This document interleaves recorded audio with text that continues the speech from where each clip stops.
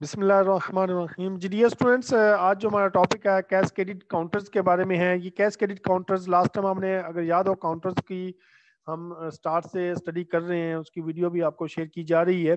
उसमें हमने सिंक्रोनिस और एसिंक्रोनिस काउंटर को स्टडी किया था कि एसिंक्रोनिस काउंटर क्या होता है, सिंक्रोनिस काउंटर क्या होता है, क्या क्या होता है, सिंक्रोनिस काउंटर को डिज़ाइन कैसे करते हैं। फिर उसके बाद हमने अप डाउन काउंटर के बारे में भी डिस्कस करने की कोशिश की थी, उसको डिज़ाइन करना भी सीखा था।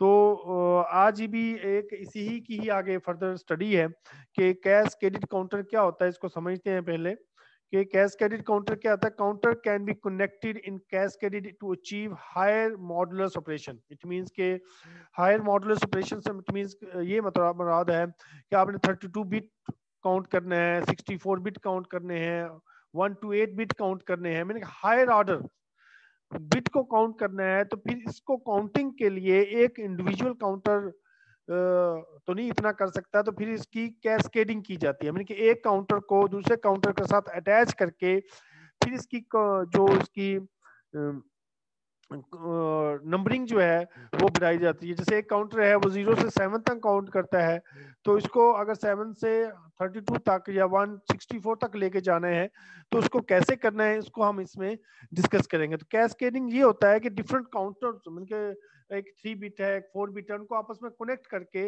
एक हायर मॉडुलस काउंटर बनाया जाता है। इन एसेंस मीन कि इसका मेन जो है एसेंस ये है, cascading means that last stage output of the counter. कि एक काउंटर है वो 2 बिट है, 3 बिट है, 4 बिट है, उसकी लास्ट स्टेज को नेक्स्ट काउंटर की फर्स्ट स्टेज के साथ, इनपुट स्टेज के साथ कनेक्ट कर दिया जाता है। तो इस तरह ये कैस्केड हो जाता है। इस कैसे होता है इसको हम नेक्स्ट समझ लेते हैं मजीद।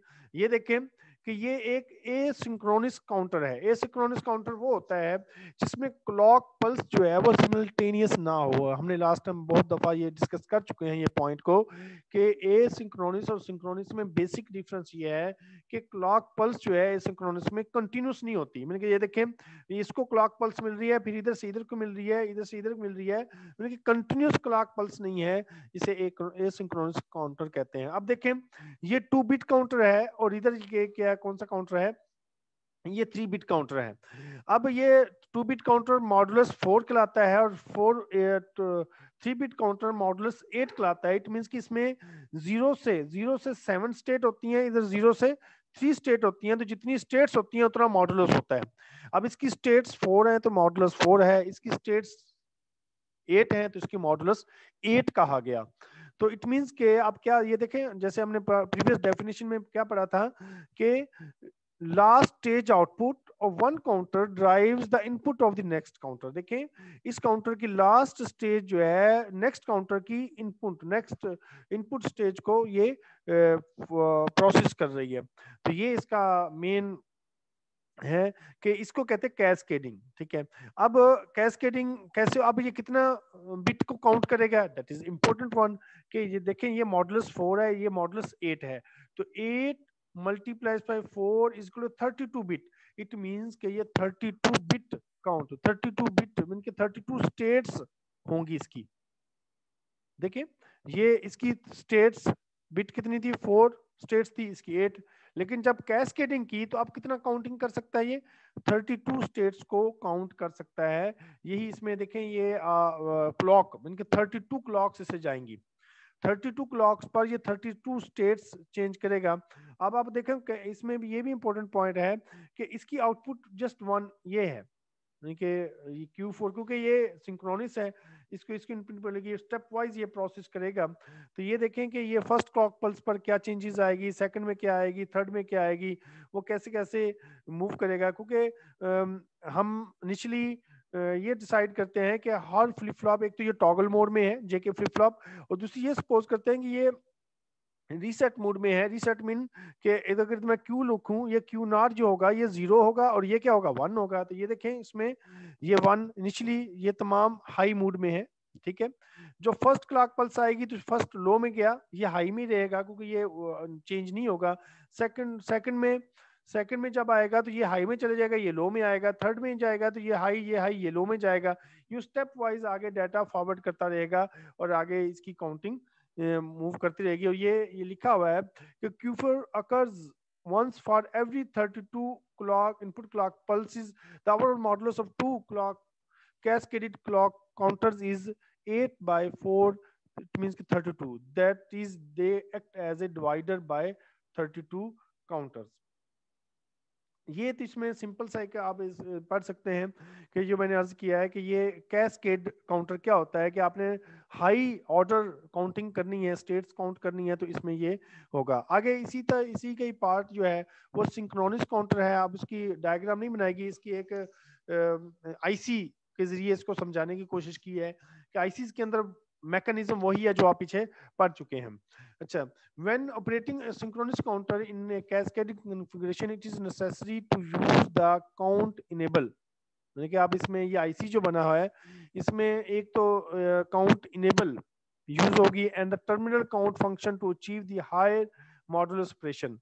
One on some devices the count enable is labeled as CTEN। देखें ये count enable, ठीक है, ये हाई होगी और इसे CTEN के नाम से है। और some other designation such as G, यानी कि ये डिवाइसेस मार्केट में अवेलेबल हैं, ये आईसीज जो होते हैं। अब इसके CTN में ये हाई होगा, ये काउंटेबल डिवाइस कहलाती है। और टर्मिनल काउंट एक होता है ये TC, जिसे is analogous to ripple clock output RCO and some IC counters, यानी कि सम IC काउंटर्स में ये RCO लिखा होता है लेकिन बाद में TC लिखा होता है। जो भी लिखा हो, लेकिन इसमें TC लिखा हुआ है, ये आपका ये टर्मिनल काउंट है। अब ये देखें, ये इधर क्लॉक है, इधर क्लॉक है, इधर से आपकी आउटपुट काउंट होंगी, ठीक है। उसके बाद ये नेक्स्ट आप देखिए कि CTR डिवीजन 8 है, मीन के ये वो काउंटर है जो 10 स्टेट्स तक जाएगा। इट मीन के 0 से 9 तक काउंट करेगा। और ये यूजुअल लफ्ज़ों में ये डिकेड काउंटर है। कौन सा काउंटर है? आपने पीछे पढ़ा था ना, डिकेड काउंटर। ये एक्चुअली इस सर्किट के अंदर भी डिकेड काउंटर है, इस सर्किट के अंदर भी डिकेड काउंटर है। अब ये काउंटर 1 भी डिकेड है, तो काउंटर 2 भी डिकेड है। ये दोनों काउंटर वर्क करेंगे एट अ टाइम, ठीक है। और ये काउंटर कैसे वर्क करेंगे, या कितना काउंट करेंगे, ये 100 तक काउंट करेंगे। ये मॉडुलस 100 कहलाता है, यानी कि 10 मल्टीप्लाई बाय 10 जो होगा वो 100 के बराबर होगा। यानी कि ये मॉडुलस 100, यानी कि 100 स्टेट्स तक ये काउंट होगा। और सिंक्रोनिस कहने का मतलब ये कि एट वंस दोनों को क्लॉक ये प्रोसेस करेगा। और इसमें एक तो ये इंपॉर्टेंट पॉइंट है कि सिंक्रोनिस कैस्केडिंग क्या करता है, एक तो ये काउंट करेगा 0 से 100 तक। और सेकंड इसका फीचर जो बहुत इंपॉर्टेंट है, cascade counter are often used to divide a high frequency. यानी कि ये कैस्केड काउंटर जो सिंक्रोनस काउंटर है, इसको हम एज ए फ्रीक्वेंसी डिवाइडर भी यूज कर सकते हैं। जैसे इसको फ्रीक्वेंसी डिवाइडर कैसे यूज करेंगे, अगर आप इसको देखें, इसकी फ्रीक्वेंसी FN, ठीक, कोई भी फ्रीक्वेंसी है, जब इससे पास करेगा तो ये जितना इसका काउंट है ये बाय 10 कर देगा, 10 टाइम्स उसको डाउन कर देगा। मैंने कि अगर फर्ज किया, मैं सपोज करता हूँ, अगर इसकी फ्रीक्वेंसी 10 हर्ट्स आए, तो 10 हर्ट्स या किलो हर्ट्स जो भी हो, तो इधर जो फ्रीक्वेंसी आएगी ये 10 बाय 10 कितनी रह जाएगी, 1 किलो हर्ट्स, यानी कि 10 टाइम्स रिड्यूस कर देगा। जब इधर आएगी तो मजीद 100 टाइम, इनके उसको मजीद 100 टाइम जो है वो उसको डिवाइड कर देगा उसके काउंटर कैस्केडिंग के लिहाज से। यानी कि फर्स्ट स्टेट में 10, उसके बाद जब सेकंड आएगा तो ये इन दोनों का मल्टीपल होगा, तो ये 100 टाइम्स रिड्यूस कर देगा फ्रीक्वेंसी को। तो इट मींस के कैस्केड को, सिंक्रोनस कैस्केड काउंटर को हम एज ए फ्रीक्वेंसी डिवाइडर भी यूज कर सकते हैं। एक तो इसका, अब आप इसके दोबारा रिवाइज करता हूँ, इसके दो पर्पस हो गए। एक पर्पस तो ये हो गया कि ये स्टेट्स को, हायर स्टेट्स को काउंट करने के लिए इसको यूज किया जा सकता है। सेकंड, इसका फायदा ये हो गया कि अगर हम चाहते हैं कि हमारा सिस्टम एक ऐसा, हमारी डिवाइस ऐसी है जिसको लो फ्रीक्वेंसी चाहिए लेकिन हमारी इन फ्रीक्वेंसी हाई आ रही है। अब जैसे हमारे घरों में फ्रीक्वेंसी कितनी आ रही है, 50 to 60, 50 हर्ट्ज या 60 हर्ट्ज आती है, ठीक है, या 60 हर्ट्ज आती है। अब आप चाहते हैं कि नहीं, मेरे पास जो ऐसी डिवाइस है जिसको फ्रीक्वेंसी 1 हर्ट्ज चाहिए, 60 नहीं चाहिए, तो डेफिनेट बात है फिर आपको रिड्यूस करना पड़ेगा। उसके सामने फिर आपको इस तरह के काउंटर या डिवाइडर लगाने पड़ेंगे जो फ्रीक्वेंसी को नीचे ले जाएगा, डिवाइड कर देगा। ये जैसे अभी मैंने बताया। अब इसकी एग्जांपल देखें कि cascade counter configuration used for such purposes are sometimes called count down chains. Count down chains mean कि ये फ्रीक्वेंसी को डाउन करता जाएगा, कि मल्टीप्लाई कर, फर्ज किया डिकेड काउंटर यूज कर, पहले 10 टाइम, फिर 100 टाइम, फिर 1000 टाइम, इस तरह आगे मूव करता जाएगा। For example suppose you have a basic clock frequency 1 megahertz, फर्ज किया इनिशियली 1 मेगाहर्ट्ज है, तो अगर आपने इसको 100 हर्ट्ज किलो हर्ट्ज तक लेके जाना है तो क्या करोगे, पहले वो या 10 तक, फिर उसके बाद 1 पर, यानी कि यूं उसको डिवाइड कर देगा। You wish to obtain 100 kilo hertz, 10 kilo hertz and 10, यानी कि ये आप ये फ्रीक्वेंसी गेन करना चाह रहे हैं, तो क्या करेंगे इसके लिए, a series of cascade decade counter can be used if the 1 mega signal is divided by 10, output will be 100 kilo hertz. जब इसको 10 से डिवाइड करेंगे 100 आएगा, 100 से डिवाइड करेंगे तो मजीद क्या बन जाएगा, 10 किलो हर्ट्ज बच जाएगा, अनदर डिवीजन 1, यानी कि मजीद इसको डिवाइड करेंगे तो फिर ये मजीद ये डिवाइड होके ये 1 किलो हर्ट्ज की तरफ चला जाएगा। जैसे ये सर्किट डायग्राम देखें, इस सर्किट डायग्राम की तरफ देखें, इसको मैं थोड़ा सा दोबारा रिवाइज करता हूँ।